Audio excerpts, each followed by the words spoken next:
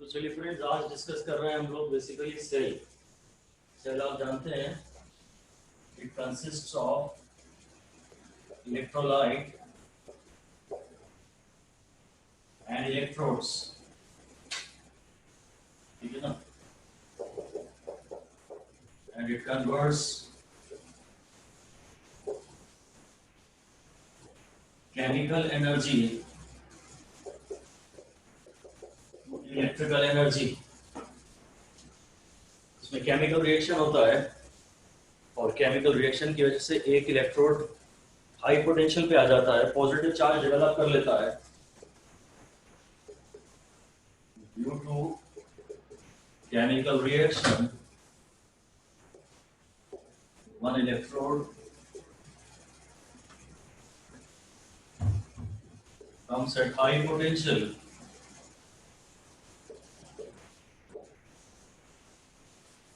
and other at low potential।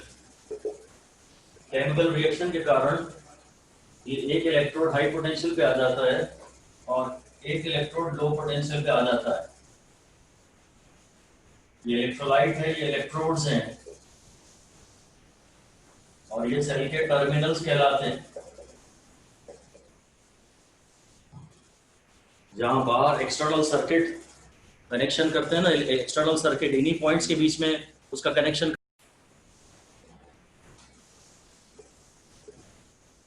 This potential difference develop between the two electrodes is called EMF of cell। जो potential difference develop होता है दोनों terminals के बीच में, उसको cell का EMF कहते हैं। मतलब मान लीजिए केमिकल रिएक्शन की वजह से एक इलेक्ट्रोड प्लस 1 वोल्ट पे आ गया और दूसरा इलेक्ट्रोड माइनस 0.5 वोल्ट पे आ गया, तो दोनों इलेक्ट्रोड्स के बीच में जो पोटेंशियल डिफरेंस है वो 1.5 वोल्ट कहलाएगा। और जो बेसिकली जो पोटेंशियल डिफरेंस यहाँ अवेलेबल है, जो जनरेट हुआ है, उसको EMF कहते हैं। EMF मतलब इलेक्ट्रोमोटिव फोर्स। शायद ऐसा फोर्स जो इलेक्ट्रॉन्स को मोशन में ला सके, पर एक्चुअली ये फोर्स नहीं है। डायमेंशनली जो EMF है, डायमेंशनली ये एक वोल्टेज है। इसका नाम इलेक्ट्रोमोटिव फोर्स। एक ऐसा फोर्स जो इलेक्ट्रॉन्स को मोशन में ला सके, परंतु ये डायमेंशनली फोर्स नहीं है, ये वोल्टेज है। जो EMF है उसकी यूनिट वही है जो वोल्टेज की होती है, यानी कि वोल्ट्स। इसकी यूनिट है वोल्ट्स, इसकी यूनिट न्यूटन नहीं है। पोटेंशियल वोल्टेज का फॉर्मूला होता है W/Q। तो ये तो सेल का मे बी इंटरनल सर्किट है। जब हम सेल को यूज करते हैं तो इन टर्मिनल्स के अक्रॉस मे बी एक बल्ब को या एक रेजिस्टेंस को जोड़ देते हैं। ये एक्सटर्नल सर्किट कहलाता है और ये इंटरनल सर्किट है। यहाँ भी अंदर कुछ रेजिस्टेंस है, ये इंटरनल सर्किट है और ये एक्सटर्नल सर्किट है। तो हमारा ये कहना है कि जो EMF है, EMF is the energy required to circulate a unit charge in the entire circuit। मतलब इंटरनल प्लस एक्सटर्नल, ये है। यूनिट चार्ज को पूरे सर्किट में चलाने में जो एनर्जी लगेगी वो सेल का EMF कहलाता है। तो अब आपको ये ध्यान रखना है, कई बार वो पूछ जाएंगे cell is the source of dash. Cell किसका सोर्स है?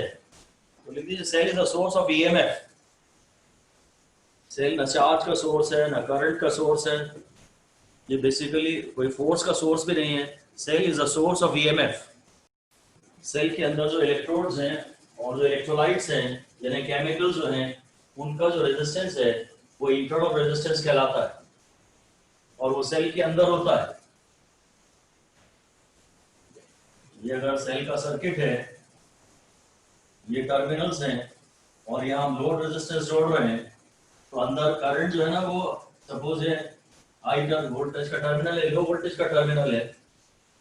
तो अब करंट बाहर तो हाई से लो जाता है और अंदर लो से हाई जाता है, और ये यहाँ इस इलेक्ट्रोलाइट में से होते हुए जो जा रहा है ना, तो आयंस की मोबिलिटी के हिसाब से जो रेजिस्टेंस होता है और ये जो इलेक्ट्रोड्स अंदर डूबे हुए हैं इनका जो रेजिस्टेंस होता है वो सब मिला के इंटरनल रेजिस्टेंस होता है।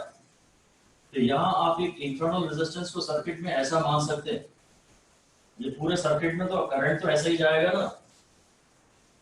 तो internal resistance is in series with the EMF.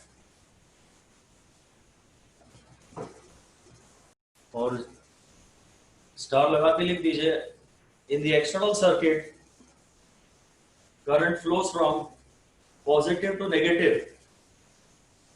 but in the internal circuit current flows from negative terminal, negative electrode to positive electrode। हम ये देखना चाहते हैं कि एजिंग के साथ सेल के इंटरनल रेजिस्टेंस पे और सेल के ईएमएफ पे क्या फर्क पड़ेगा। तो विद एजिंग या विद टाइम जब सेल को आप काफी समय तक यूज कर लेते हैं तो E रिमेन्स कांस्टेंट। E तो बेसिकली केमिकल रिएक्शन पर डिपेंड करता है, तो जब तक थोड़ा भी केमिकल जिंदा है तब तक जो E जनरेट हो रहा है वो सेम ही होगा। तो बेसिकली नेचर ऑफ इलेक्ट्रोलाइट और इलेक्ट्रोड्स पर डिपेंड करेगा, वो केमिकल रिएक्शन पर डिपेंड करेगा। तो डेड होने के जस्ट पहले तक भी सेल का ईएमएफ हम कांस्टेंट ही मानते हैं। In a particular numerical, given numerical में हम लोग R को भी कांस्टेंट मानते हैं।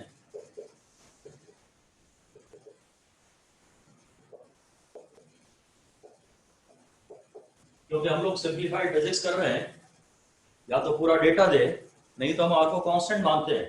But practically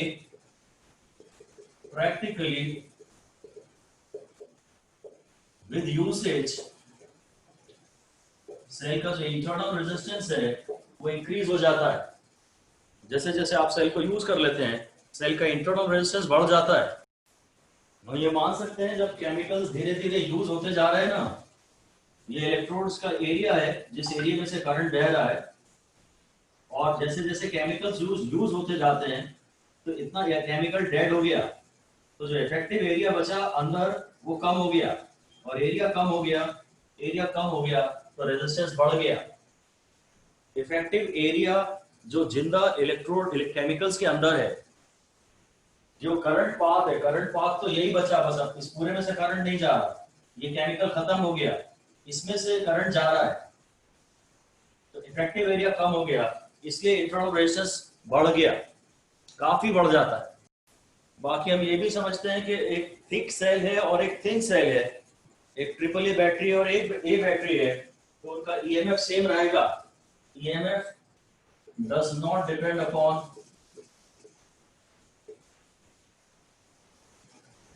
quantity of electrolyte.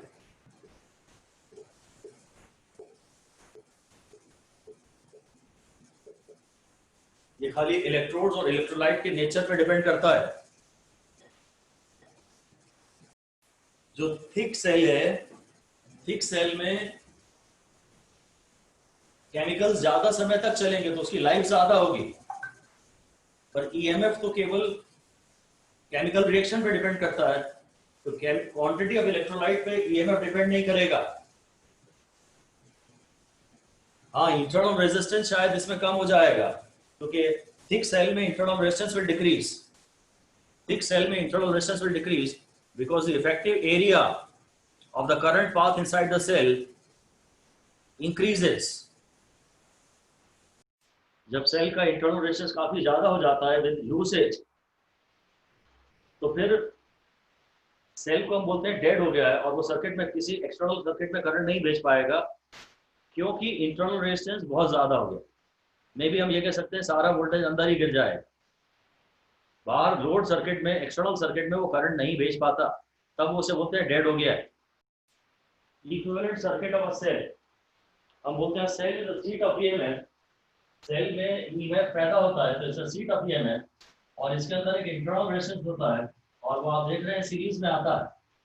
आज से हम सेल को केवल इस तरह डिनोट करेंगे, जो बड़ा वाला टर्मिनल है ये हाई वोल्टेज टर्मिनल है, और ये जो छोटा टर्मिनल है ये लो वोल्टेज टर्मिनल है, और ये सेल का इंटरनल रेजिस्टेंस है। एक्चुअली तो मुझे ये अंदर बनाना चाहिए था, एक्चुअली तो ये इंटरनल रेजिस्टेंस यहाँ दिखाना चाहिए क्योंकि सेल के अंदर है, और उससे थोड़ा एनालिसिस हमारा कठिन बन जाता है, इसलिए हम यहाँ बाहर दिखा देते हैं। पर हाँ वो सीरीज में है, पैरेलल में नहीं है। आप इस सेल, ये सेल का इक्विवेलेंट सर्किट बनाते हैं हम लोग। ये जो इंटरनल रेजिस्टेंस है हम इसे इधर भी जोड़ सकते हैं और इधर पॉजिटिव टर्मिनल से भी जोड़ सकते हैं। इंटरनल रेजिस्टेंस को आप कहीं भी जोड़ सकते हैं, इससे सर्किट के करंट पे फर्क नहीं पड़ेगा, या किन्हीं भी दो पॉइंट्स के बीच में पोटेंशियल डिफरेंस पे फर्क नहीं पड़ेगा। हाँ, सर्किट के डिफरेंट पॉइंट्स का पोटेंशियल चेंज हो जाएगा।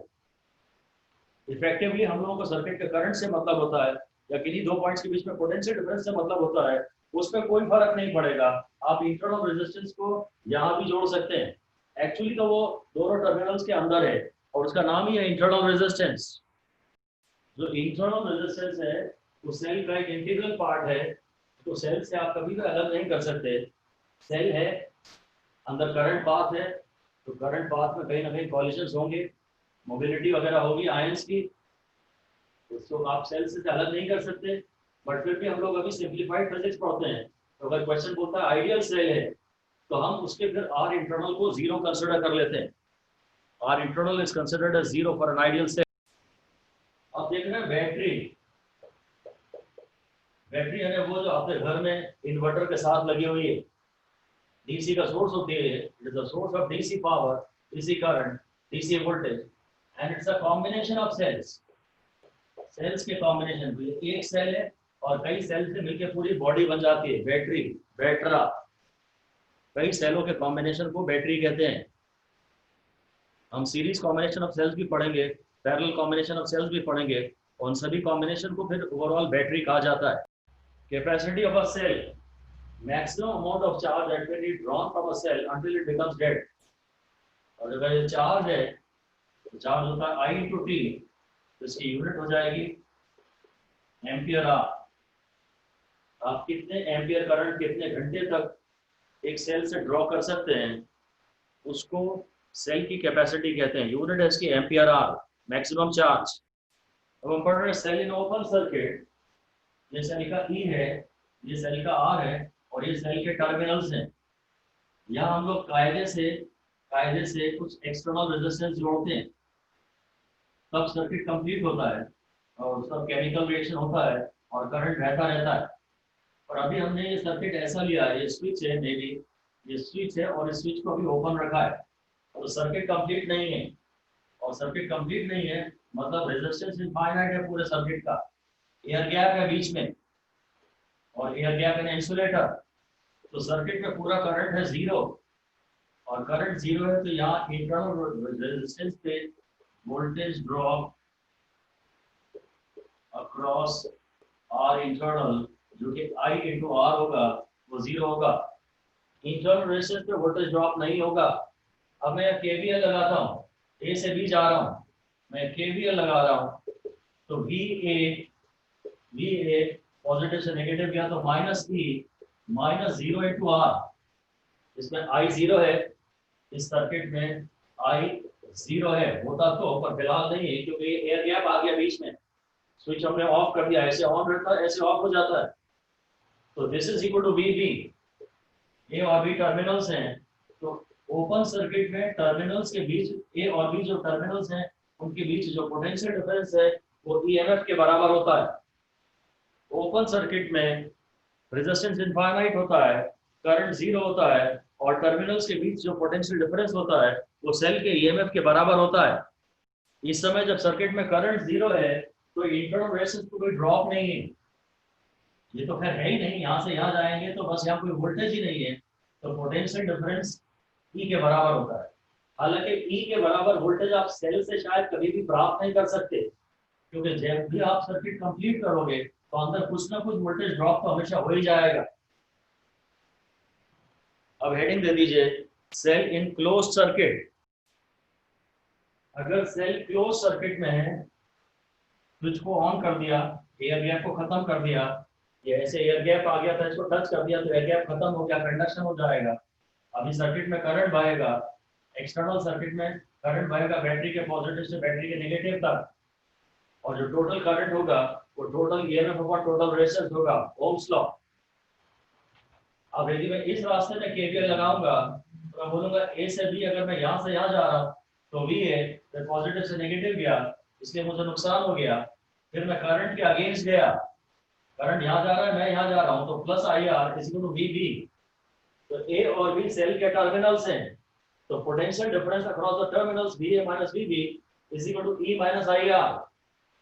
अगर मैं ए से बी जाता हूँ इस रास्ते से तो V A minus I are, क्योंकि मैं करंट के डायरेक्शन में जा रहा हूँ, डेढ़ साल माइनस, और अब मैं बी पे पहुंच गया हूँ तो V A minus I R equal to V B. तो यहाँ से V A minus V B I R आ रहा है। तो पोटेंशियल डिफरेंस को आप ये भी कह सकते हैं और पोटेंशियल डिफरेंस को आप ये भी कह सकते हैं।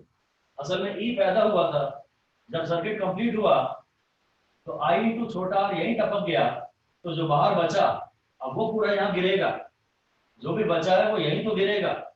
केवीएल के हिसाब से जो सम ऑफ वोल्टेज राइज है वो सम ऑफ वोल्टेज ड्रॉप के बराबर होना चाहिए। ई में से जितना यहाँ गिर गया, बाकी जो बचा है वो पूरा यहीं तो गिरेगा। इसलिए ये एक काम की इक्वेशन है, ई माइनस यहाँ पे ड्रॉप इज इक्वल टू बचा हुआ वोल्टेज। इस समय हम ये भी बोलते हैं कि सेल डिस्चार्ज हो रहा है, क्योंकि धीरे धीरे उसके केमिकल्स खत्म होते जाएंगे, सेल डिस्चार्ज हो रहा है। तो डिस्चार्जिंग में जो वी होता है, cell in a close circuit मतलब डिस्चार्जिंग वाला केस है। अगर डिस्चार्जिंग हो रहा है, डिस्चार्जिंग का मतलब होता है when current leaves the battery from its positive terminal. Current battery के पॉजिटिव से निकल के सर्किट में जा रहा है, तब अंदर केमिकल्स यूज हो रहे हैं, धीरे धीरे खत्म हो जाएंगे और इस समय सेल डिस्चार्ज हो रहा है। तो डिस्चार्जिंग के समय ये हमारा फैसला है कि जो टर्मिनल पोटेंशियल डिफरेंस है, खाली वी लिखते हैं, वो लेस देन ईएमएफ है, क्योंकि वो ई माइनस आई आर है ना। डिस्चार्जिंग के समय जो टर्मिनल पोटेंशियल डिफरेंस है वो सेल के ईएमएफ से कम है। चार्जिंग ऑफ अ सेल, जब करंट इस सेल के अंदर एंटर करता है, इसके पॉजिटिव के अंदर घुसता है, तब रिवर्स केमिकल रिएक्शन होता है सेकेंडरी सेल्स में, तब केमिकल्स वापस रिस्टोर हो जाते हैं, जैसे कि हमारे मोबाइल चार्जर्स में होते हैं, लैपटॉप चार्जिंग। एक बड़ा सा बैटरा यहाँ जोड़ दिया, इससे बड़ी बैटरी यहाँ जोड़ दी, इसका वोल्टेज ज्यादा है तो करंट यहाँ से यहाँ जाएगा, अब ये सेल चार्ज होगा। और बहुत ज्यादा करंट सर्किट में ना जाए तो कभी कभी कुछ एक्सटर्नल रेजिस्टेंस यहाँ बहुत ज्यादा और जोड़ लेते हैं, तो करंट ज्यादा ना जाए, बस इसके अंदर जाए। ये हाई वोल्टेज है, लो वोल्टेज है, और चार्जिंग करंट ज्यादा होगा तो एक आग लग जाएगी, कुछ करंट हमें कम चाहिए तो एक काफी बड़ा रेजिस्टेंस सीरीज में लगा लेते हैं। एनीवे, अब यदि मैं अगर केवीएल लगाऊं इस रास्ते में तो भी ये पॉजिटिव से नेगेटिव मुझे नुकसान हो गया, फिर मैं करंट की डायरेक्शन में ही जा रहा हूँ, minus I R is equal to V B. तो जो ए और बी टर्मिनल्स हैं उनके बीच जो पोटेंशियल डिफरेंस है वो ई प्लस आई आर, यानी चार्जिंग के समय V is greater than E। जो सेल के टर्मिनल्स के बीच पोटेंशियल डिफरेंस है वो सेल के ईएमएफ से ज्यादा है। अगर शॉर्ट सर्किट की बात करें तो ये जो टर्मिनल्स हैं उनके बीच में हम रेजिस्टेंस नहीं लगाते, मतलब फाइनाइट वैल्यू का एक मोटा सा वायर जोड़ देते हैं, मोटा वायर, थिक वायर में जिसका रेजिस्टेंस 0 है। आर का फॉर्मूला होता है रो एल बाई। अगर ए बहुत ज्यादा होगा, एक मोटा वायर होगा तो इफेक्टिवली उसका रेजिस्टेंस 0 होगा। तो यहाँ एक थिक वायर हमने जोड़ दिया, ये 0 रेजिस्टेंस का वायर है। अब ये पॉइंट और ये पॉइंट सेम पोटेंशियल पे आ गए, इसको शॉर्ट सर्किट कहते हैं। इस समय सर्किट में जो करंट जाएगा वैसे तो ऐसा होता था, पर अब रेजिस्टेंस मिनिमम है, ये तो है ही नहीं, 0 प्लस आर है। इस समय मैक्सिमम करंट हम सेल से ड्रॉ करते हैं। To draw maximum current from a cell, load resistance should be made 0। अब जो सेल के टर्मिनल्स के अक्रॉस पोटेंशियल डिफरेंस है वही इस पाथ पे देखा जाए तो पोटेंशियल डिफरेंस जो वी ए बी है वो आई आर होगा। आई तो सर्किट में फाइनाइट है और बल्कि मैक्सिमम है, पर रेजिस्टेंस 0 है, तो टर्म यहाँ लोड पे, इस एक्सटर्नल सर्किट को लोड कहते हैं। बल्ब जोड़ते हैं या ट्यूबलाइट जोड़ते हैं या फैन जोड़ते हैं या टीवी जोड़ते हैं, उसको लोड बोलते हैं, इलेक्ट्रिकल लोड। तो यहाँ कोई वोल्टेज गिर ही नहीं रहा, तो केवीएल के मुताबिक सारा वोल्टेज यहीं गिरना चाहिए। जो VA माइनस VB है वो जीरो है, तो E minus IR is equal to zero. तो E is equal to IR, मतलब the drop across the internal resistance is equal to EMF of the battery. सारा वोल्टेज अंदर ही गिर जाता है, तो यहाँ कुछ बचता ही नहीं है। Drop across the internal resistance is equal to EMF of the battery. हमें तो बेसिकली इस बात से मतलब है कि शॉर्ट सर्किट में सेल के टर्मिनल्स के अक्रॉस पोटेंशियल डिफरेंस जीरो हो गया है। ये हम समरी बना सकते हैं। ओपन सर्किट में टर्मिनल्स के अक्रॉस पोटेंशियल डिफरेंस मैक्सिमम रहेगा, शॉर्ट सर्किट में टर्मिनल्स के अक्रॉस पोटेंशियल डिफरेंस जीरो रहेगा मिनिमम। और चार्जिंग में पोटेंशियल डिफरेंस E से ज्यादा होता है, और डिस्चार्जिंग में पोटेंशियल डिफरेंस E से कम होता है। टर्मिनल्स के अक्रॉस पोटेंशियल डिफरेंस की बात कर रहे हैं केवल। अब हम पढ़ रहे हैं सेल का VI ग्राफ। यदि ग्राफ बनाना हो तो हमारे पास कोई ना कोई इक्वेशन होनी चाहिए इन दोनों को रिलेट करते हुए, और वो इक्वेशन मेरे पास है V is to E minus IR। अगर मैं ये y एक्सिस पे बना लूं और ये x एक्सिस पे बना लूं, तो जो बोला है ये y एक्सिस पे और ये x एक्सिस पे है, तो फिर ये C हो गया और ये M हो गया, और मुझे मालूम है कि हाँ ये y इक्वल टू कुछ mx plus minus c type की इक्वेशन हो गई। मतलब ग्राफ तो स्ट्रेट लाइन होगा, ये पक्की बात है। जो c है वो प्लस b है और जो m है वो माइनस r है, ठीक है। तो बस ग्राफ तो ऐसा बनेगा, यहाँ v बना रहे हैं, यहाँ I बना रहे हैं, तो ग्राफ तो c इंटरसेप्ट पॉजिटिव है तो ग्राफ प्लस y एक्सिस से शुरू होगा, और स्लोप नेगेटिव है तो ये फॉलिंग ग्राफ होगा। ये स्ट्रेट लाइन ग्राफ होगा ऐसा। ये मैक्सिमम करंट है, ये I शॉर्ट सर्किट है, और ये मैक्सिमम वोल्टेज है, ये भी ओपन सर्किट है जो कि E के बराबर है। और ये थीटा है, अगर तो जो टेन थीटा है वो रेजिस्टेंस के बराबर है। इसका स्लोप नेगेटिव है, इस ग्राफ का स्लोप नेगेटिव है, इंटरनल रेजिस्टेंस नेगेटिव है, ऐसा हम नहीं कह रहे, सिर्फ स्लोप नेगेटिव है। और नेगेटिव स्लोप को फिर से माइनस से मल्टीप्लाई कर दोगे तो आपको रेजिस्टेंस की वैल्यू आ जाएगी। नेगेटिव रेजिस्टेंस का कोई मीनिंग नहीं है, और स्लोप तो नेगेटिव हो सकता है, आर नेगेटिव नहीं है। अगर ये ग्राफ हमें एक्सपेरिमेंटली प्लॉट करना होगा तो हम क्या करेंगे, शायद हम सर्किट का ये जो एक्सटर्नल रेजिस्टेंस है, ये वेरिएबल लिया है, स्मॉल r या E है, तुम शायद कैपिटल R को कम करो तो फिर पूरे सर्किट का रेजिस्टेंस कम हो जाएगा, तो करंट बढ़ेगा। और जब करंट बढ़ेगा ना, तो यहाँ जो सीरीज में रेजिस्टेंस आ रहा है, यहाँ जो ड्रॉप है, voltage drop across internal resistance, ये इंक्रीज हो जाएगा।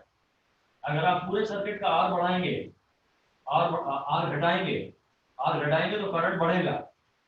तो करंट बढ़ने वाले पॉइंट कैसे ऑब्टेन कर रहा हूँ वो बता रहा हूँ। R आप घटाइए तो करंट बढ़ेगा, तो अंदर ड्रॉप बढ़ेगा IR। तो E में से यहाँ गिरने वाला वोल्टेज बढ़ गया तो बचा हुआ वोल्टेज कम हो गया, इसलिए भी डिक्रीज हो रहा है। आपको हमेशा किसी भी क्वेश्चन में अगर ये R चेंज करते हैं तो कोशिश करो कि तुम यहाँ पे ड्रॉप के बारे में सोचो। अगर ये R चेंज करते हैं तो I भी चेंज होगा, तुम IR के बारे में मत सोचो, क्योंकि I भी वेरिएबल है और R भी वेरिएबल है। तुम सीधे IR से मत डिसाइड करो कि V को क्या हो रहा है, तुम यहाँ से डिसाइड करो, क्योंकि यहाँ कम से कम R कांस्टेंट तो है। अब केवल I के बारे में डिसाइड करने से गारंटी से बता पाएंगे कि यहाँ वोल्टेज पे क्या फर्क पड़ा और इसके यहाँ वोल्टेज पे क्या फर्क पड़ा। कोशिश करो कि बाहर I इंटू R से V का डिसीजन मत लो, सर्किट में करंट के बारे में सोचो, फिर देखो कि अंदर वोल्टेज अगर ज्यादा गिर गया तो मतलब बाहर गिरने वाला वोल्टेज कम बचा। इसलिए जैसे जैसे R कम होगा I बढ़ेगा और वोल्टेज कम होगा। स्मॉल r और कैपिटल R में हम रिलेशन एक डिराइव कर रहे हैं। हमें एक रिलेशन ये पता है V = IR, और एक रिलेशन ये भी पता है V = E - IR। अब इन दोनों में से एक काम करो, आई को एलिमिनेट कर दो, बहुत सारे वेरिएबल जिंदा मत रखो। इस फॉर्मूले में ध्यान रखो ये स्मॉल आर और ई कांस्टेंट है। हम न्यूमेरिकल में आर और ई को कांस्टेंट ट्रीट करते हैं, बस ये आर चेंज होता है तो आई चेंज होता है, तो बचा हुआ वी चेंज होता है। एनीवे आई को एलिमिनेट कर देते हैं, आई का फॉर्मूला यहाँ से आ जाएगा वी बाय आर। इसमें सेकेंड इक्वेशन में डाल देता हूँ, ये है ई माइनस आई की जगह लिख दिया V by R into are.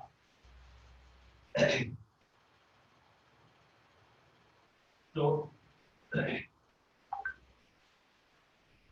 E minus V, E minus V, V के सारे टर्म्स एक ही तरफ ले लेता हूं, we plus,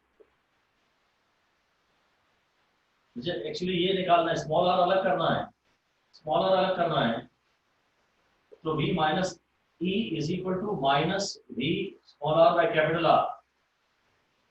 E minus V upon V हो जाएगा small R upon capital R, और इसलिए स्मॉल आर हो जाएगा capital R into E by we minus 1।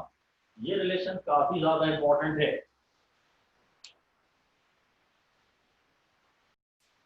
ये स्मॉल आर को पॉजिटिव आना है, इस ब्रैकेट के कोई डायमेंशन है नहीं, तो small R equal to capital R, और इसके बाद जो टर्म है वो एक से बड़ा होना चाहिए, तो E by V will be greater than 1।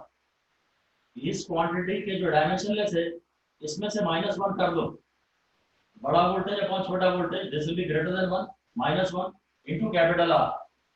Small R normally कम भी आएगा, इसके अंदर माइनस होगा, बड़ा वाला ratio -1 into capital R. Small R normally capital R से कम होगा। सेल का इंटरनल रेजिस्टेंस 1 ओम की रेंज का होता है।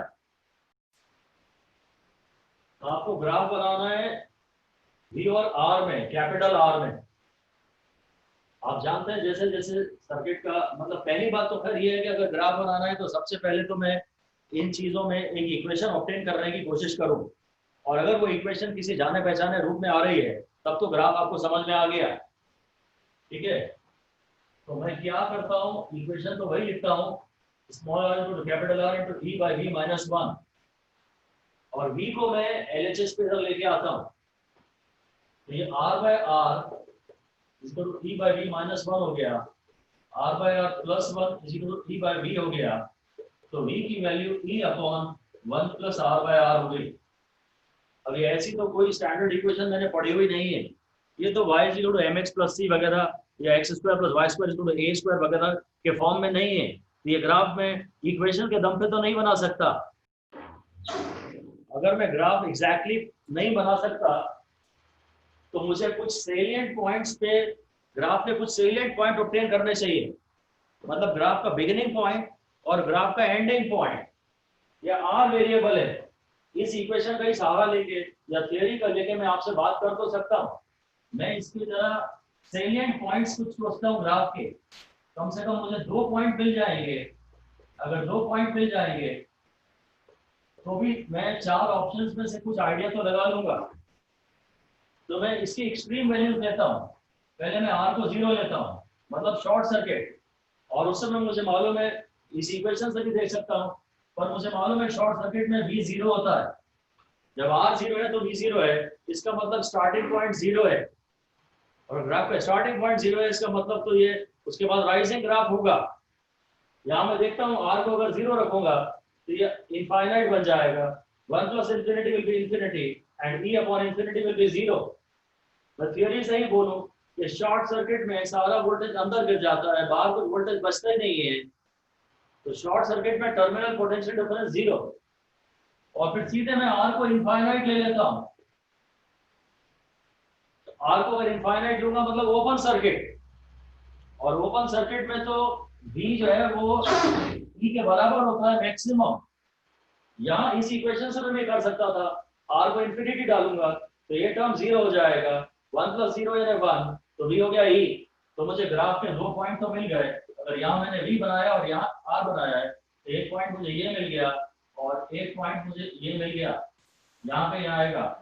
शायद ये ग्राफ ऐसा आने की संभावना है, एग्जैक्टली एक्सपोनेंशियल इक्वेशन में नहीं आ रही, ऐसी इक्वेशन में नहीं आ रही कि V इज इक्वल टू कि 1 minus T to the power minus T by tau, ऐसा कुछ, ऐसी ऐसी इक्वेशन में नहीं आ रही एक्सपोनेंशियल राइज की। पर फिर भी कम से कम ये दो पॉइंट मुझे क्लियर है, कम से कम ये दो पॉइंट मुझे क्लियर है कि राइजिंग ग्राफ होगा। और जैसे जैसे आर बढ़ेगा, जैसे जैसे आर बढ़ेगा, तो आर बढ़ेगा तो मुझे थियरी से पता है आर बढ़ेगा, अगर आर बढ़ेगा तो सर्किट में करंट कम होगा, और ये जो अंदर ड्रॉप हो जाता है ना, अंदर ड्रॉप कम होगा, और अंदर ड्रॉप कम होगा तो यहाँ बचा हुआ वोल्टेज ज्यादा होगा। इस तरह से ग्राफ के नेचर के बारे में अप्रोक्सीमेटली आप सोच सकते हैं, ग्राफ के एटलीस्ट 2 पॉइंट्स ऑब्टेन करके। देखिए बेसिकली कोशिश यही करिए कि हमेशा इंटरनल रेजिस्टेंस पे ड्रॉप के बारे में सोचिए।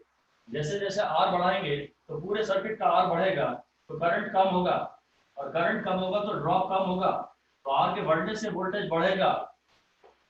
और अगर ये y to mx plus C type का ग्राफ आता या mx आता या mx प्लस सी आता, ओरिजिन से पास हो रहा है, केवल y टू mx होता तो ये स्ट्रेट लाइन होता। अब ये स्ट्रेट लाइन तो नहीं होगा, बहुत आर में तो 0 ओम से 1 ओम 2 ओम 100 ओम 1000 ओम 10,000 ओम करूंगा, तब जाके करीब करीब ये इनफाइनाइट कहलाएगा। ये जो कैपिटल आर है ना, ये स्मॉल आर की तुलना में 1000 गुना बड़ा होगा। Small capital R by small R is equal to 1000, तब हम करीब करीब मानते हैं कि ये ओपन सर्किट है, तब मानते हैं कि ये इसको इनफाइनाइट माना जा सकता है, तब ये ओपन सर्किट है। तो जैसे जैसे आर आप बढ़ाते जाओगे उस आर के अक्रॉस वोल्टेज बढ़ेगा। इसका डिसीजन डायरेक्ट मत करना V equal to I R से, इससे मत करना कि मैं आर बढ़ा रहा हूँ, तुम कहोगे आर बढ़ा रहा हूँ तो मैं कहूँगा आई कम हो रहा है। अब क्या पता कौन कितने गुना बढ़ रहा है और कौन कितने गुना कम हो रहा है। ये बढ़ रहा है तो ये कम हो रहा है, और ये कांस्टेंट थोड़ी ना है, ये भी बढ़ रहा है। इस फॉर्मूले से डिसीजन गलत आएंगे। आप इंटरनल रेजिस्टेंस पे ड्रॉप के बारे में सोचने के लिए अपने आप को ट्रेन ज्यादा करिए। हम लोग पढ़ रहे हैं वेरियस फॉर्मूले ऑफ इलेक्ट्रिकल पावर। तो मैं पहले एनर्जी की बात करता हूँ, इलेक्ट्रोस्टैटिक में पढ़ते थे QV, और पावर होता है वर्क अपॉन टाइम, यानी एनर्जी अपॉन टाइम। तो QV/T हो गया, और rate of flow of charge current हो गया। तो पावर का एक फॉर्मूला होगा VI, पावर का एक फॉर्मूला हो गया VI। अभी तुम इस V को लिख लो IR, तो पावर का फॉर्मूला हो गया I²R, और तुम इस I को लिख लो V/R, तो पावर का फॉर्मूला हो गया V²/R। पावर के बेसिकली हमें ये 3 फॉर्मूले चाहिए, V इंटू आई, वोल्टेज इंटू करंट, फिर I को लिख लिया V/R या V को लिख लिया IR। इलेक्ट्रिकल सर्किट के ये पावर है। मैकेनिक्स में पावर चाहिए तो फोर्स इंटू वेलोसिटी। हम आपको पढ़ा रहे हैं various powers in a cell. ये एक सेल सर्किट है, ये लोड रेजिस्टेंस है, जो एक्सटर्नल सर्किट था उसी को हम लोड रेजिस्टेंस कहते हैं, और इसी के अक्रॉस वोल्टेज जो है वही हम किसी काम लाएंगे, इसीलिए इसे ही आउटपुट वोल्टेज कह रहे हैं। ये टोटल सप्लाई वोल्टेज है जो केमिकल रिएक्शन की वजह से जनरेट हुआ है, ये वो वोल्टेज है जो अंदर ही गिर गया है, और यहाँ जो वोल्टेज गिरेगा ना वो हम लोड को सप्लाई करेंगे। ये यूजफुल है, इसीलिए इसे आउटपुट वोल्टेज कहते हैं। ये मेरे को पावर से मतलब है। मैं 3 पावर की बात कर सकता हूँ। एक वो पावर जो सेल में जनरेट हो रहा है केमिकल रिएक्शन की वजह से, एक वो पावर जो यहाँ ड्रॉप हो रहा है इंटरनल रेजिस्टेंस पे, हीट के रूप में वेस्ट हो रहा है, और ये यूजफुल पावर है which is delivered to the load.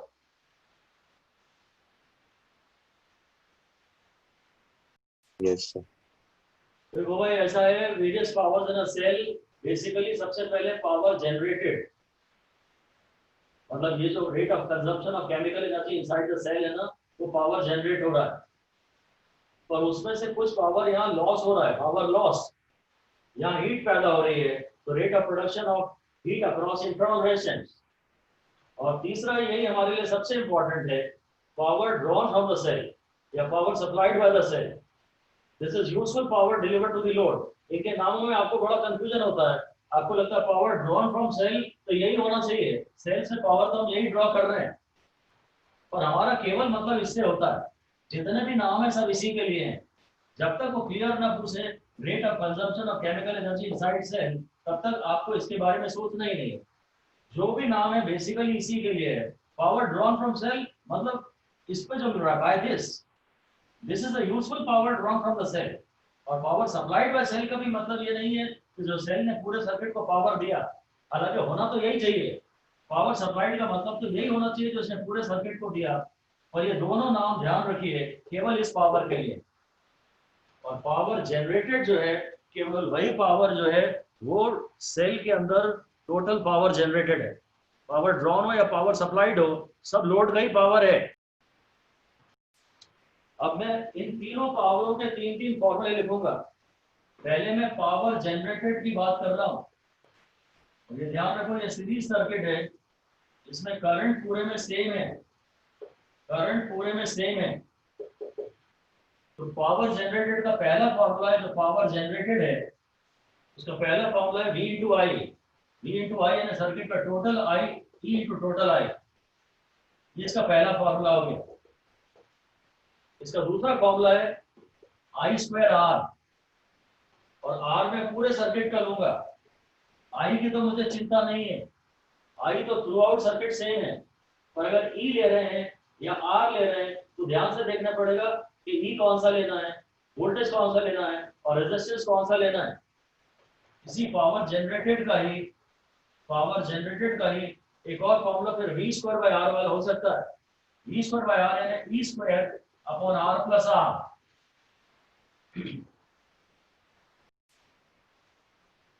अब मैं पावर डिसिपेटेड की बात कर रहा हूं, यानी कि इंटरनल रेजिस्टेंस पे। तो इसका पहला जो फॉर्मूला होगा ना, पावर जो डिसिपेट हो रहा है, हीट के रूप में जो लॉस हो रहा है, वो V इंटू आई जैसा होगा। और ये भी ध्यान से लेना पड़ेगा, V ड्रॉप है इंटू आई है। V ड्रॉप है E माइनस आई आर वाला इंटू आई है। अगर V इंटू आई वाला फॉर्मूला ले रहे हैं तो जो डिसिपेटेड पावर है उसका इसका वोल्टेज इंटू इसका करंट। करंट तो सबका सेम है पर वोल्टेज सबके अलग अलग हैं। अगर मैं पावर डिसिपेटेड का ये वाला फॉर्मूला लूं तो आई स्क्वायर में तो मुझे कोई प्रॉब्लम नहीं है, क्योंकि आई पूरे सर्किट का सेम है। और रेजिस्टेंस ध्यान से खाली इसका लूंगा। और इसी तरह से अगर मैं पावर डिसिपेटेड की बात करूं इस वाले फॉर्मूले से V स्क्वायर बाय R से, तो V में V ड्रॉप लूंगा V square bye R। Voltage कौन सा ले रहे हैं वो आप ध्यान से देखिए, रेजिस्टेंस कौन सा ले रहे हैं वो ध्यान से देखिए। करंट वाले फॉर्मूले सबसे सुंदर है, जिनमें करंट आता है उनमें रिस्क कम है, क्योंकि करंट पूरे सर्किट का सेम है। अब मैं आपसे इस पावर की बात कर रहा हूँ, पावर ड्रॉन फ्रॉम सेल या power supplied by cell. Basically वो यूजफुल पावर, तो लोड पे यूजफुल पावर है। तो पहला फॉर्मूला होगा इसका, खाली पावर ही लिखते हैं इसे, यही ज्यादा काम आएगा। इसको मैं और कुछ सही लिख रहा, सब P लिख रहा हूँ। वो होगा ये वाला वोल्टेज इंटू ये वाला करंट। तो load voltage into load current. और V इंटू आई से हमारा इसी वोल्टेज से मतलब होता है, करंट की तो कोई प्रॉब्लम है नहीं। जहां तक इसका सवाल है आई स्क्वायर वाला फॉर्मूला, तो आई तो सबका सेम है, आर ध्यान से इसका लूंगा, खाली आर या आर एल। या आर ये लोड रेजिस्टेंस को मैंने वहां कैपिटल आर लिख दिया है। और फिर मैं तीसरा फॉर्मूला लूंगा, ये यहाँ का वोल्टेज, ये जो पावर है वोल्टेज यहाँ का लूंगा V square upon capital are. ये सबसे ज्यादा आपको पेपर में काम आते हैं।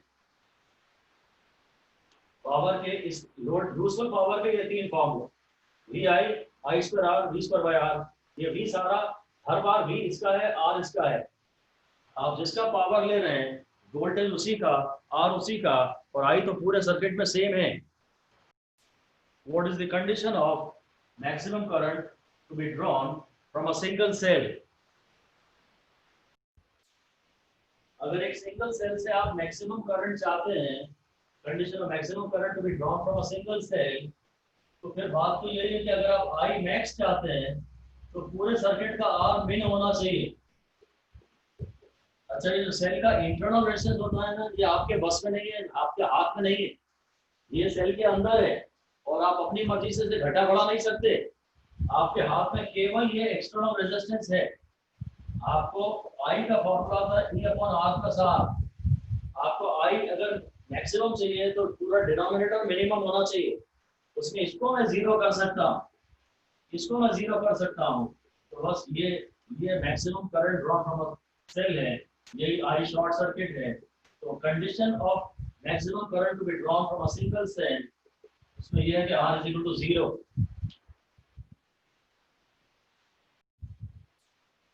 अब मैं आपसे पूछ रहा हूं, in this case what is the useful power delivered to the load. Useful power delivered to the load शायद आपकी बात हो गया 0। सारा का सारा पावर जो है वो यही खत्म हो जाएगा, मैक्सिमम हीट पैदा होगी। शॉर्ट सर्किट कर दोगे ना, सेल बहुत ज्यादा गर्म हो जाएगा, बहुत गर्म होएगा बहुत जल्दी, क्योंकि करंट मैक्सिमम जा रहा है। खूब सारा पावर यहाँ से चल रहा है, मैक्सिमम पावर यहाँ से चल रहा है, पर लोड पे 0 पहुंच रहा है। लिख दीजिए, power supplied to the cell is maximum. नहीं, power generated in the cell, power generated inside the cell is now maximum, because E भी मैक्सिमम है और आई भी मैक्सिमम है, but power delivered to the load is 0। अब इस समय R 0 है, कोई रेजिस्टेंस है ही नहीं, तो पावर गिरेगा किस पे? कोई लोड ही नहीं, कोई लोड ही नहीं है, तो हम उसको पावर देंगे क्या? तो यहाँ तो कुछ है ही नहीं, तो सारा पावर फिर अंदर ही गिर जाता है। ई भी मैक्सिमम है इस समय और आई भी मैक्सिमम है, तो पावर मैक्सिमम चल रहा है, पर किसी काम का नहीं है। मैं पूछ रहा हूँ व्हाट इज द एफिशिएंसी इस समय, सर्किट की एफिशिएंसी, एफिशिएंसी ऑफ सर्किट। तो आंसर है 0, क्योंकि यूजफुल पावर, एफिशिएंसी मतलब useful power upon total power supplied, useful power upon total power. तो यूजफुल पावर है 0, टोटल पावर है मैक्सिमम, तो एफिशिएंसी है 0। What is the power delivered to the load when load resistance becomes infinite, मतलब open circuit? इसका भी answer है 0। ये इनफाइनाइट है तो ओपन सर्किट है, एक्चुअली सर्किट से करंट चल ही नहीं रहा है, करंट चल ही नहीं रहा है, तो पावर चल ही नहीं रहा है। पावर का फॉर्मूला होता है वोल्टेज इनटू करंट टाइप का, वोल्टेज तो कांस्टेंट है इसका, करंट ज्यादा चलेगा तो इसमें से पावर ज्यादा चलेगा। यहाँ करंट इस समय 0 है, तो पावर चल भी 0 रहा है और पहुंच भी 0 रहा है। यानी जब R 0 हो, R 0 हो तो भी पावर 0 होता है, और R इनफाइनाइट हो तो भी पावर 0 होता है। इस समय एफिशिएंसी होती है 0, और इस समय एफिशिएंसी ऐसे सिंबॉलिकली 1 लिखना चाह रहे हैं। Output upon input, output upon input क्या है कि ये अगर मान लीजिए ये 1 ओम है और ये 10 टू द पावर 5 ओम है, तो फिर एक्चुअली सर्किट कंप्लीट तो है, it is as good as infinity, it is as good as infinity. तो पावर तो चल तो रहा है, पर यहाँ पे भी जो लॉस है तो वो नेग्लिजिबल ही है, जितना पावर चल रहा है वो सारा यहीं गिर रहा है, क्योंकि यहाँ तो रेजिस्टेंस इतना कम है कि यहाँ का आई स्क्वायर आर बहुत कम होगा। ठीक है, पावर दोनों बार 0 है, एफिशिएंसी कभी 0 है कभी 1 है। एफिशिएंसी कितनी कब है वो हमारे ज्यादा काम की वैसे है नहीं। अब हम पढ़ रहे हैं मैक्सिमम पावर ट्रांसफर थ्योरम। हमने देखा जब R 0 है तो भी पावर लोड पे 0 पहुंच रहा है, और R इनफाइनाइट है तो भी लोड पे पावर 0 पहुंच रहा है। और हम ये चाहते हैं कि R की वैल्यू ढूंढना चाहते हैं ताकि लोड पे पावर मैक्सिमम पहुंचे। Value of power on the load should be maximum, यही शायद हम चाहेंगे हमेशा। Not bothered about efficiency, efficiency इतना इंपॉर्टेंट नहीं है हमारे लिए इस समय। हम चाहते हैं कि भाई ट्यूबलाइट रोशनी दे रही है तो वो मैक्सिमम रोशनी दे, तो मैक्सिमम पावर उस तक पहुंचे। एफिशिएंसी तो बहुत सेकेंडरी बात है, पहली बात है कि जो डिवाइस जो है वो काम तो करे, उसके लिए उस पर मैक्सिमम वोल्टेज पहुंचना चाहिए और उसके लिए उस पर मैक्सिमम पावर पहुंचना चाहिए। मुझे मैक्सिमा की कंडीशन निकालनी है, मैं लोड पे मैक्सिमम पावर चाहता हूँ, तो मैं पावर को डिफरेंशिएट करूंगा वेरिएबल के रिस्पेक्ट में और जीरो से इक्वेट करूंगा। और वेरिएबल है रेजिस्टेंस, और उसी के बारे में हम जानना चाह रहे हैं। हमने देखा रेजिस्टेंस की जीरो वैल्यू के लिए भी पावर जीरो है लोड पे, रेजिस्टेंस की जीरो इनफाइनाइट वैल्यू के लिए भी लोड पे पावर जीरो है। तो रेजिस्टेंस को वेरी कर करके हम देखना चाहते हैं कि रेजिस्टेंस की वैल्यू कितनी हो ताकि उस रेजिस्टेंस पे पावर मैक्सिमम पहुंच जाए। तो एक बार डिफरेंशिएट करेंगे और जीरो से इक्वेट करेंगे। पावर का फॉर्मूला, मैं लोड का पावर लेना चाहता हूं तो शायद आई स्क्वायर आर ले लेता हूं। लोड का पावर मुझे मैक्सिमम चाहिए और आई है E upon R plus R into R. इसको मैं एक बार डिफरेंशिएट करूंगा जीरो से और इक्वेट करूंगा उसके बाद, तो D D R differentiate R के रिस्पेक्ट में कर रहा हूं क्योंकि यही वेरिएबल है, E square into R upon R plus R का होल स्क्वायर। इसको जीरो से इक्वेट करना है तो क्वोशिएंट फॉर्मूला लगाऊंगा, ई स्क्वायर तो बाहर आ गया, फिर डिनोमिनेटर इनटू इसका डिफरेंशिएशन माइनस न्यूमरेटर इनटू इसका differentiation D R of R square plus 2r। इसको मेरे को जीरो से इक्वेट करना है अपॉन डिनोमिनेटर का स्क्वायर और r प्लस आर के स्क्वायर का भी स्क्वायर, शायद टू द पावर 4 डिनोमिनेटर का स्क्वायर। खैर ये वाला टर्म भी मैं जीरो कर दूंगा और ये वाला टर्म भी जीरो कर दूंगा। बेसिकली अंदर वाला टर्म बचा, इसको ओपन कर लेता हूँ, R square plus 2r minus R से मल्टीप्लाई कर रहा हूँ, इसको डिफरेंशिएट करूंगा, ये वेरिएबल है तो 2r हो जाएगा। ये इंटरनल रेजिस्टेंस तो हमेशा कांस्टेंट होता है, ये जीरो हो जाएगा। तो इसे डिफरेंशिएट करूंगा तो स्मॉल आर खत्म हो जाएगा, 2 कैपिटल आर बचेगा, नहीं 2 स्मॉल आर बचेगा क्योंकि मैं कैपिटल आर के रिस्पेक्ट में डिफरेंशिएट कर रहा हूँ। इसको जीरो से इक्वेट कर दूंगा, अब इसको ओपन कर दूंगा, R square plus R square 2r minus 2r square minus 2r is equal to zero. ये वाले कैंसिल हो गया और R square minus R square is equal to zero, ये दोनों मिलके हो गए। तो R square is equal to R square, then small r is equal to capital R. This is the condition of maximum of power delivered to the load.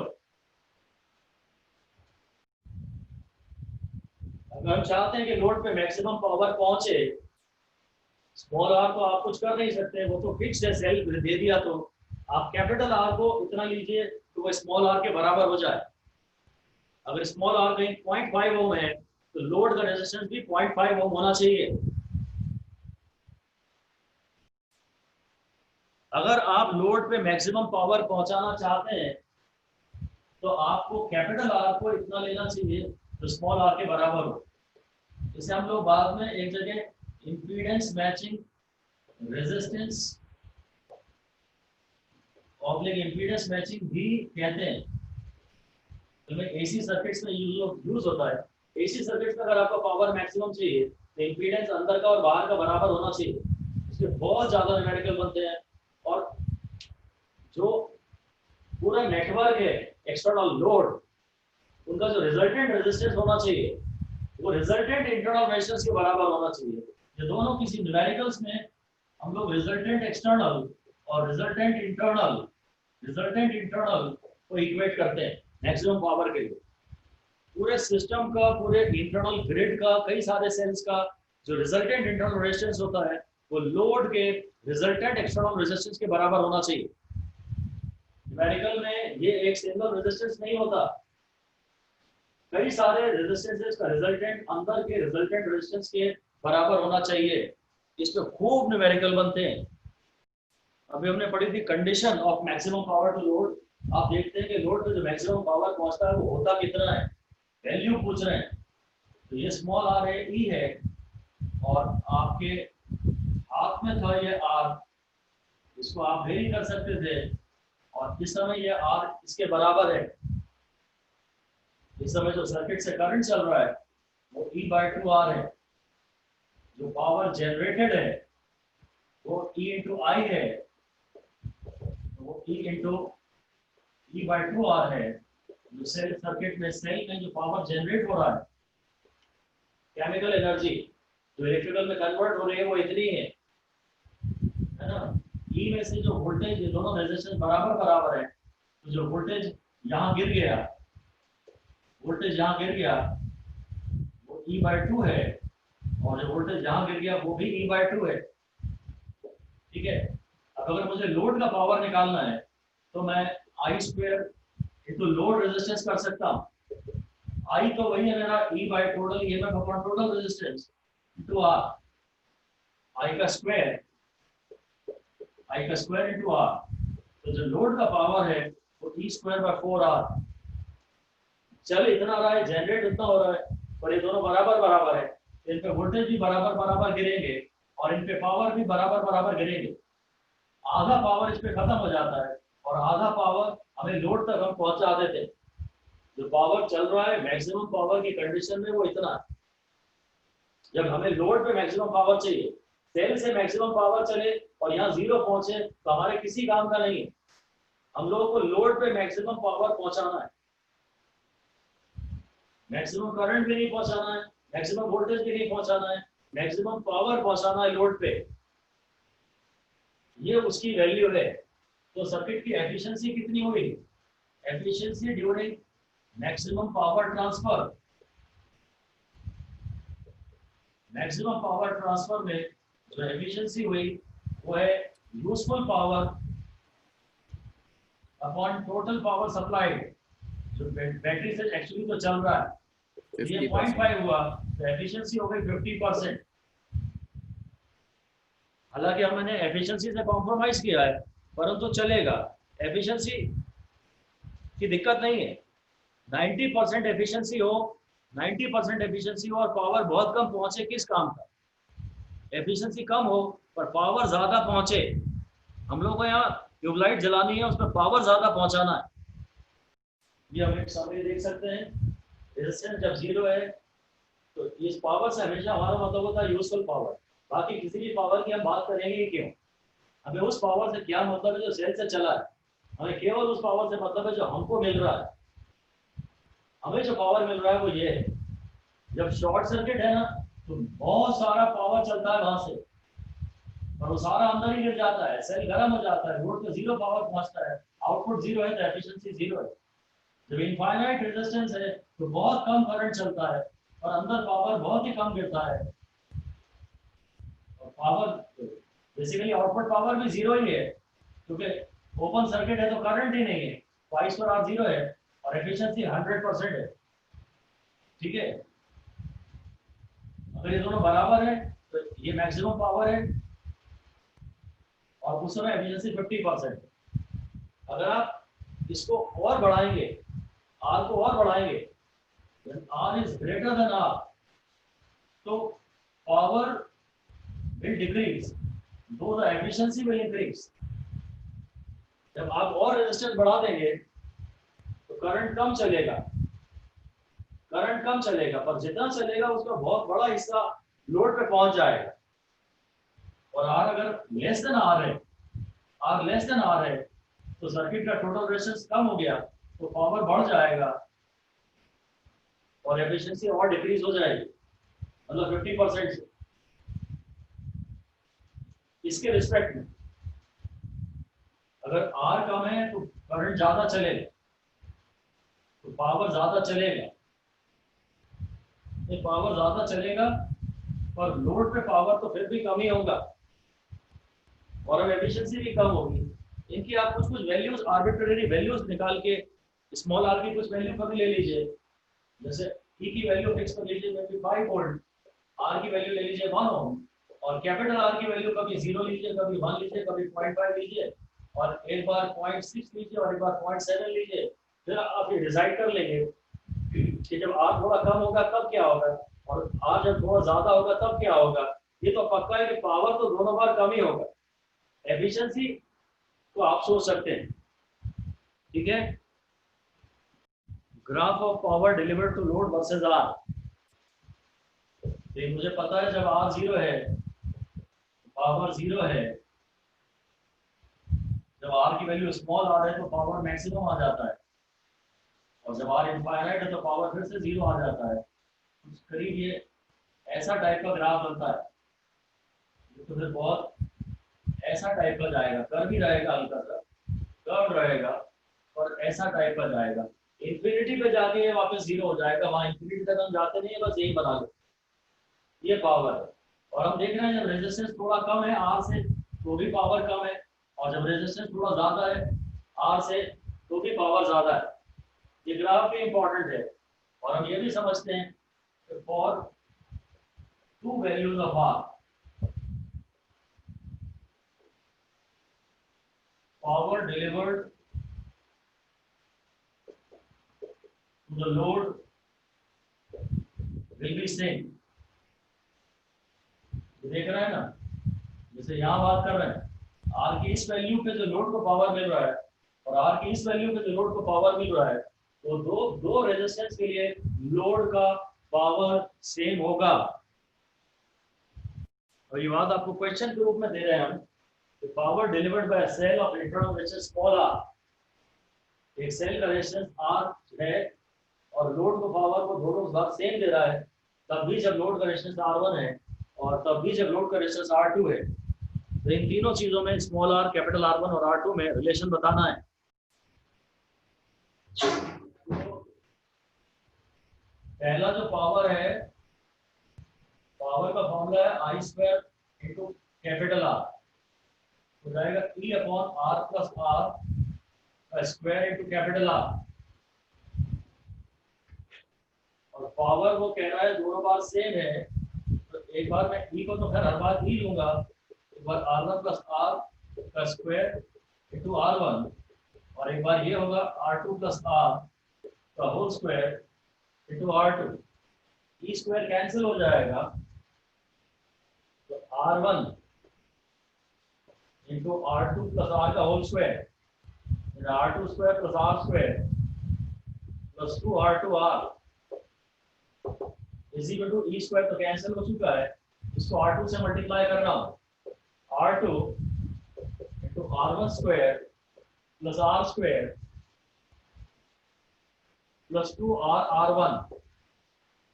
अब इनको open कर देता हूँ, R1 R2 square plus R1 R square plus 2R1 R2R is equal to R1 square R2 R2 R square plus 2R R1 R2। ये तो cancel हो गया। अब इनको इस तरफ ले आता हूँ, तो R1 R2 कॉमन लूंगा, तो यहाँ शायद R1 R2 कॉमन लूंगा तो इसमें से R2 माइनस R1 बच जाएगा, और उधर में अगर इसको ले जाऊँ और R स्क्वायर को कॉमन ले लूँ तो आगे R2 माइनस R1 बच गया, इसका मतलब ये कैंसिल हो गया, तो small r is equal to R1 R2। ये रिजल्ट है, मतलब एक ये ज्योमेट्रिक मीन है स्मॉल r। मैक्सिमम पावर के लिए ग्राफ बनता है, ये स्मॉल r है, तो एक रेजिस्टेंस R1 R से कम होना चाहिए और दूसरा रेजिस्टेंस R से ज्यादा होना चाहिए। एक बार वो खाली इतना ही ऑप्शन बना के दे देंगे कि इनमें से आउट ऑफ द फॉलोइंग कौन से दो रेजिस्टेंस हैं जिनके लिए पावर मैक्सिमम होगा। एक अगर R की वैल्यू 1 ओम है और बोलेगा किस सेट का पावर मैक्सिमम होगा, तो आप इससे ज्योमेट्रिक मीन से आप निकालेंगे, एक थोड़ा 1 से कम होना चाहिए और एक 1 से थोड़ा ज्यादा होना चाहिए, ठीक है ना। एक अगर 1/2 है तो एक 2 होना चाहिए, इनका प्रोडक्ट जो है वो 1 आना चाहिए। खाली इस प्रॉपर्टी से भी ऑप्शन आप ढूंढ सकते हैं अगर रिजल्ट आपको याद है तो। For what value of capital R the power delivered to the external circuit, ये पूरा एक्सटर्नल सर्किट है, इस पे पावर मैक्सिमम होगा।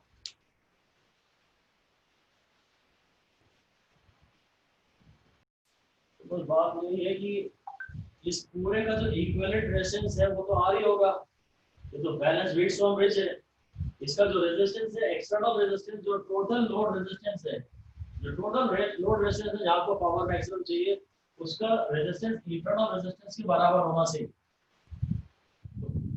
जो टोटल आर है वो हर आर 0.5 होना चाहिए, क्योंकि इस पूरी नेटवर्क का रेजिस्टेंस आर है, तो कि हर आर 0.5 होगा तो एक्सटर्नल रेजिस्टेंस 0.5 होगा, तब पावर मैक्सिमम पूरे लोड तक पहुंच जाएगा। ऑलराइट, इतना ही।